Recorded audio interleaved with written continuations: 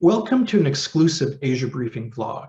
Each month throughout 2022, to celebrate Design Shira and Associates' 30th anniversary, we'll speak to partners and guests as they discuss the firm's history to present-day story and on-the-ground issues that businesses face in today's thriving and rapidly developing Asia.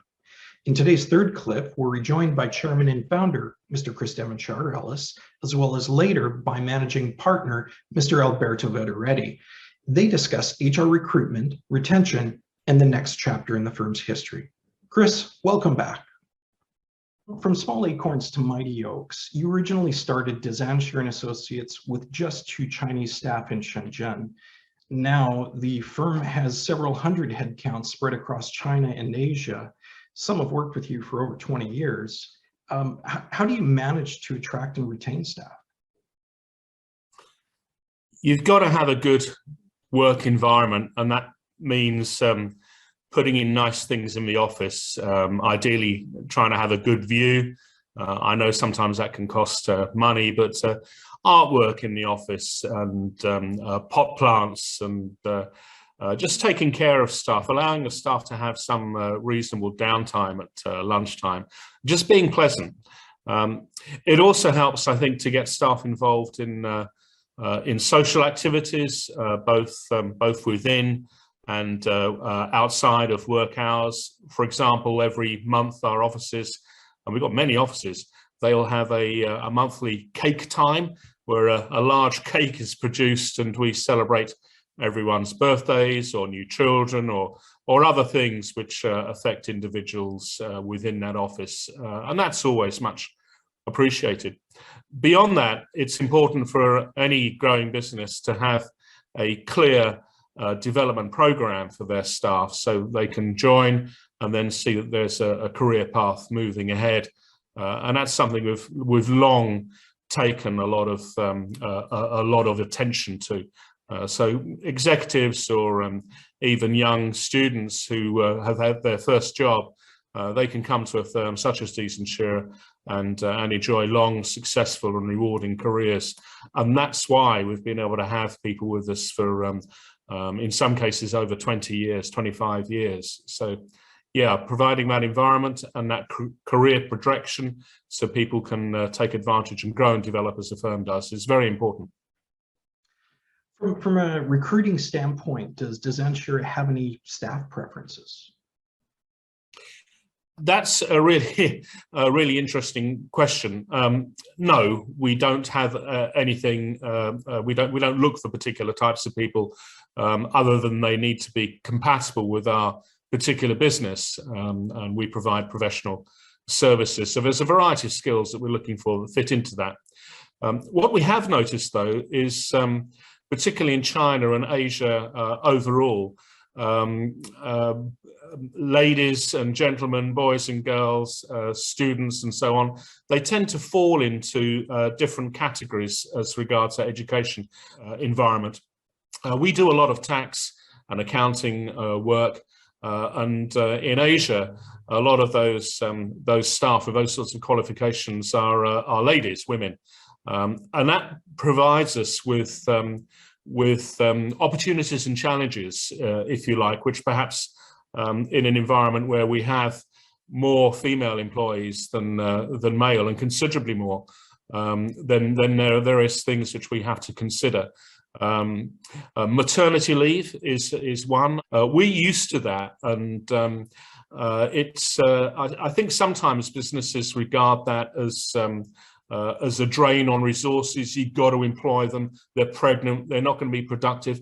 We've actually found the opposite, is that staff with such long maternity leave, they miss the work environment. They miss their colleagues. They miss their clients. But we found that the maternity regulations and the practical reality are very different. Staff want to keep in contact. They want to have something to do. And they do prefer to keep up to date with what's going on remotely from home. And that's a real asset. Of course, the rest of the staff are thrilled when a new child is produced and happy beaming mother coming to the office after 7 months maternity leave is a real joy. For us in Asia, we really appreciate that, and giving our female staff the ability to enjoy their maternity leave at work. And also with China, where there has been a one-child policy, you don't want to have that person worrying about their son or daughter when they're in the office because their work standards won't be so high. They'll be worrying about their child. So we, in most sorts of circumstances, we say, go home to your child, go home to your family, and we'll sort it out. We'll cover up anything that needs to be done. And that sort of attitude breeds, I think, respect, and it also breeds a lot of, they give back. They realize that we've given them something and they are responsible. So with staff perhaps needing to go back home to look after children if they're sick, they tend to like that work environment whereby we are flexible to allow that sort of behavior. And that is one of the reasons why we have longevity with our staff. They tend to stay with us for long periods of their careers. And this is one of the reasons why. So respect for your staff, respect for their families, the environments and the problems they have to deal with. And if you can show that in the workplace, then they will return that respect and responsibility many times over. Very, very important, I think, when employing women, and we're very fortunate to have such wonderful ladies within Design Shira and Associates. So, thank you for all of those who are watching. Thank you very much. It's great to hear these insights and these tips actually from the years of success of the firm. I think you've already alluded to this a little bit. How is the firm's internal career path so that staff can grow and develop with the firm? Well, first of all, I did mention about the work environment. You need to have a work environment that's positive and that can be fun. And that means external activities as well as a good positive work environment. You know, if there are problems, if someone is consistently coming into work late, then it's important not just to beat them up and yell at them, but to find out the reasons why. And there's usually an underlying reason which can then perhaps be discussed and dealt with in a more appropriate manner than just getting annoyed. Getting annoyed is just too easy. It's a cop-out. So staff that have problems, and you know, let's face it, we all have problems from time to time. Staff that have problems, it's the responsibility of good HR management to find out what the underlying causes are and to address those. Beyond that, beyond the work environment, we do have a career path. Our firm, which is a smaller version of, say, the Big Four, we often lose staff to those guys because there's a cachet in working for those firms and perhaps bigger opportunities than our medium-sized practice can provide. So we do lose staff from occasion to the Big Four, and that's great. They have a good career path, which means that we have to constantly replace those with people coming in at a lower end. Interns. We don't just have interns making coffee and paper copying and all this kind of nonsense.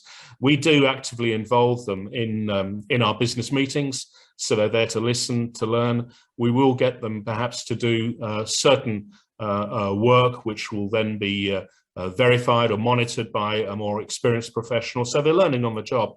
And we've found that a lot of our interns actually later come and join the company when they've graduated, or perhaps a year or two after that. So we take in young, hungry professionals. We've given them a good time. They know the company because they've done an internship. We have a very high ratio of bringing those people on, and then they can see there's a career ladder. We've had several people who used to be interns that are now in senior executive positions.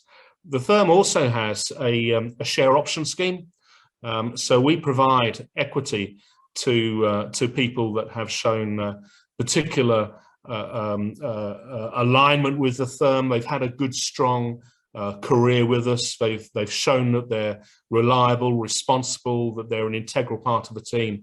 After a certain period, then we will provide them. They don't have to buy it. We will give to them equity in the firm, and that's valuable. We are a multi-million-dollar turnover business, so having equity in that is a real benefit. That gives them extra money at the end of the year, because we are a highly profitable business. So they get dividends. It also, of course, ties them to the firm because they're going to get those dividends. So that works very well.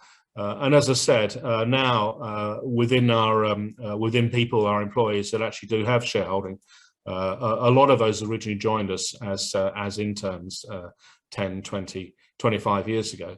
My colleague Alberto Vettoretti, who is now the managing partner for the firm, I'm the chairman. I recruited Alberto. He was originally an intern, and he's been with the firm for 25 years. He has a significant chunk of equity in the business, so he's done personally extremely well out of the company. But he joined as an intern for Design Shira & Associates, and I think it'd be good to talk to him about his experience and his career path, about how he developed from being a student to becoming the managing partner of a major multinational, or certainly Asian national practice. So I'd encourage you to talk to Alberto about that. So yeah, the doors are open. Interns can come in and work hard, be responsible, be part of a team. We really are a team. Then you're going to do well with Design Shira & Associates. A great story, and I mean, I think that any employee that or candidates that's thinking about joining a firm like ours would be interested in this aspect of the story and how the firm's cultivated over the years. We'll definitely take this advice, and we'll sit down and have a chat with Alberto in the next segment. Yeah, that'll be great. Anyone who is in professional services in Asia that wants to join a firm that still has family values, yet is a multinational practice in its own right and has career paths available anywhere, then I think that Design Shira & Associates should certainly be considered, and would be a good fit for many of them. So yes, thank you. Thank you so much, Chris, for imparting your insights on us again for this third segment. I'm sure we're going to see you in future segments, hopefully through to the end of the year. Thanks again. Okay, thank you.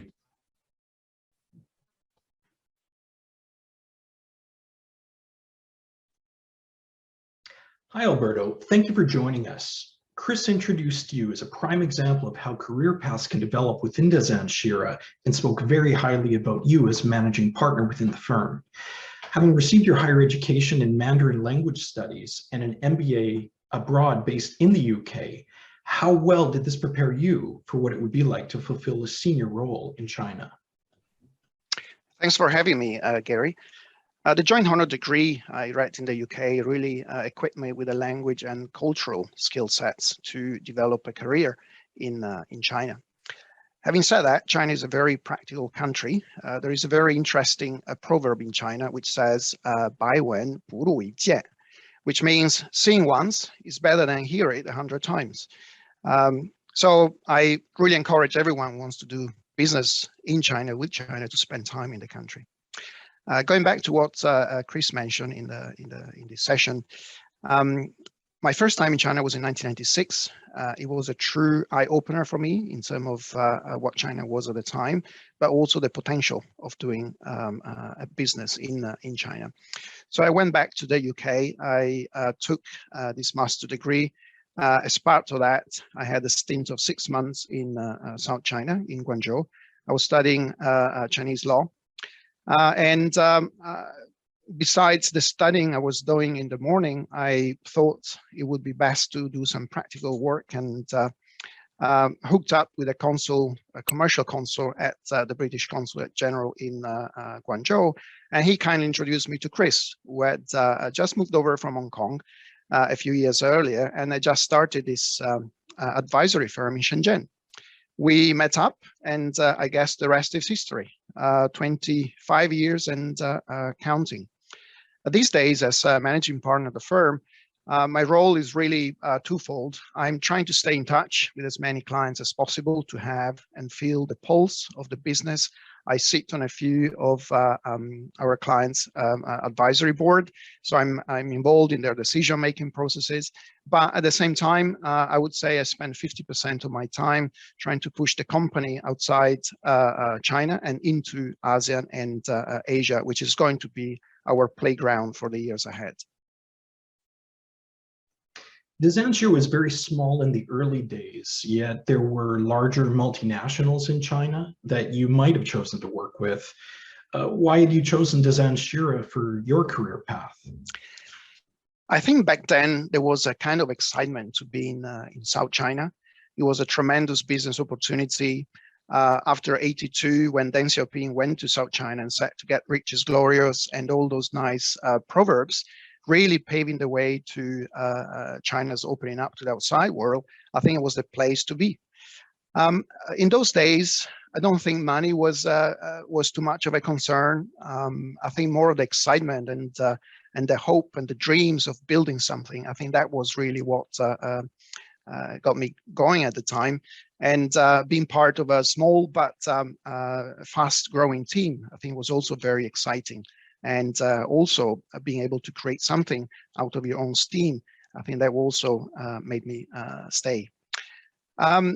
This session is about HR, talent retention, and just to give you a bit of a background, we realized a few years ago that we were kind of thin at the top in terms of the geographical spread of our company and the various service lines that we were developing. And when you grow a company, you never worry about the structure. You just think about growing days in, days out. So back in 2015, we embarked in this restructuring process in Hong Kong, involving all the group companies. And in 2018, we set up this trust in Hong Kong, whereby we allocated a big chunk of the company's equity into this trust. And this is a way to pave the way into allowing talents to develop further within the firm. Chris mentioned about the importance about providing a career path to our employees. And just out of interest, I was reading some interesting stats about the firm the other day, talking to our HR team. 77% of our employees are female. So we are a female-dominated company, very young, 33 years of age. And when you look at the partnerships, now we have 11 equity partners, almost equally split in between male and female, average age 43. So I think it's a very young, dynamic company. And what are we looking into potential partners? Certainly, we're looking at that entrepreneurial spirit. We're looking at being happy in terms of learning new skill sets, developing, managing your own P&L, and being part of a successful story, which sometimes means going through thick and thin, but coming up strong at the end. Looking back to those first years of the company in the early 2000s, what type of client companies were you most often working with, and how has that changed in the years that have followed? Back in those days, South China was really the breeding ground for all this new wave of foreign direct investments into China. Special economic zones had just been set up there, so there were beneficial tax policies to attract and also make sure that they were staying within Guangdong.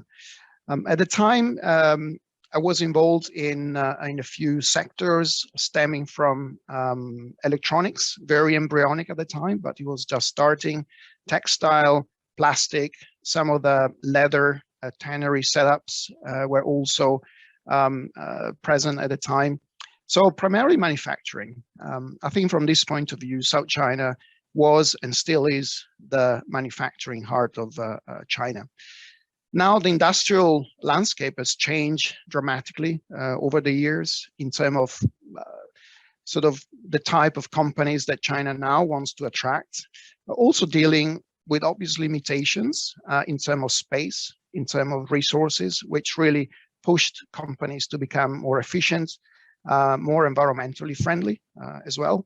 So lots of the old companies involved in the plastic, in the leather manufacturing, in the textile, for various reasons, from cost to labor to environment, really had to start looking beyond China. And I guess we were one of the first firms to help within this China Plus strategy, many of those manufacturing companies back then, and looking together with them at what other countries were most suitable to develop their manufacturing processes beyond China. And I guess 15 years ago, we were also the first company to, one of the first ones to set up operations in ASEAN, which I guess we will be discussing again in another session of this chat. So looking ahead then, how do you see European investment trends into China and Asia playing out in 2022 and beyond?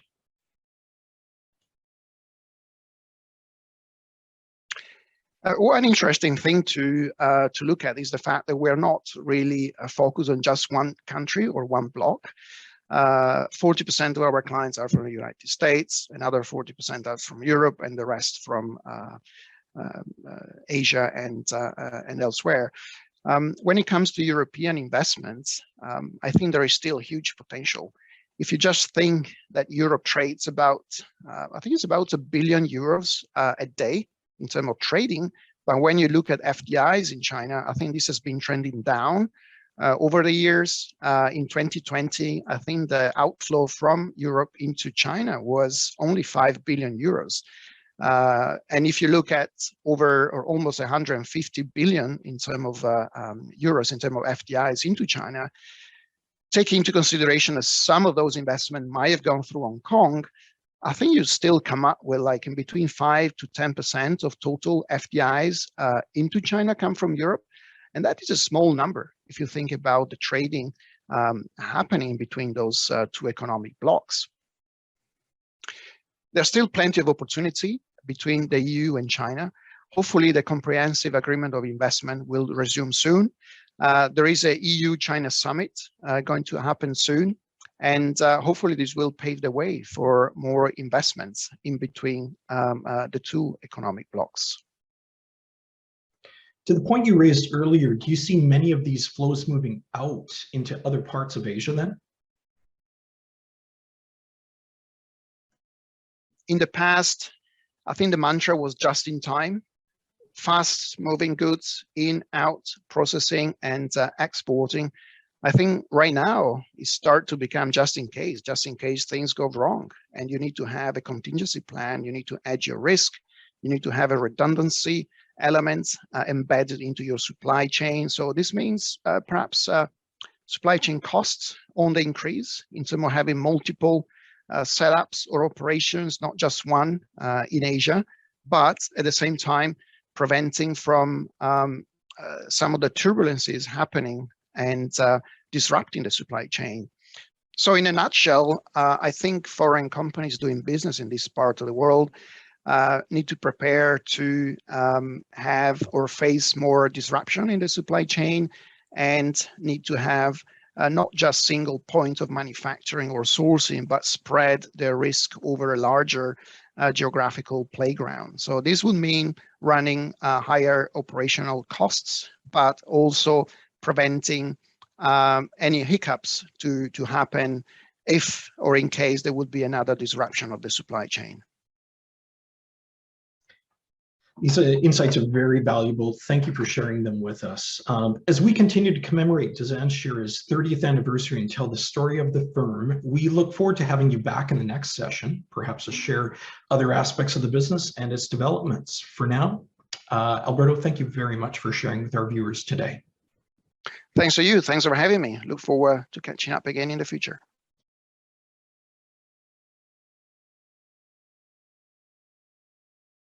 I really wanted to congratulate Design Shira and Associates on its 30th anniversary, which I've known since I'm in China. Really was a success. And it's especially when I came to Shenzhen in 2006 that I knew Design Shira & Associates when I met Alberto Vettoretti, managing partner. And it's then that the European Chamber and Design Shira & Associates have worked closely together. Alberto has first been a board member, then he was part of the board, then became vice chair and even chairman of the European Chamber in South China.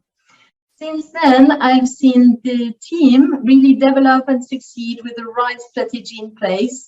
And I must say that in an ever-changing environment like in China, supporting the European companies and the foreign invested enterprises is really a mission.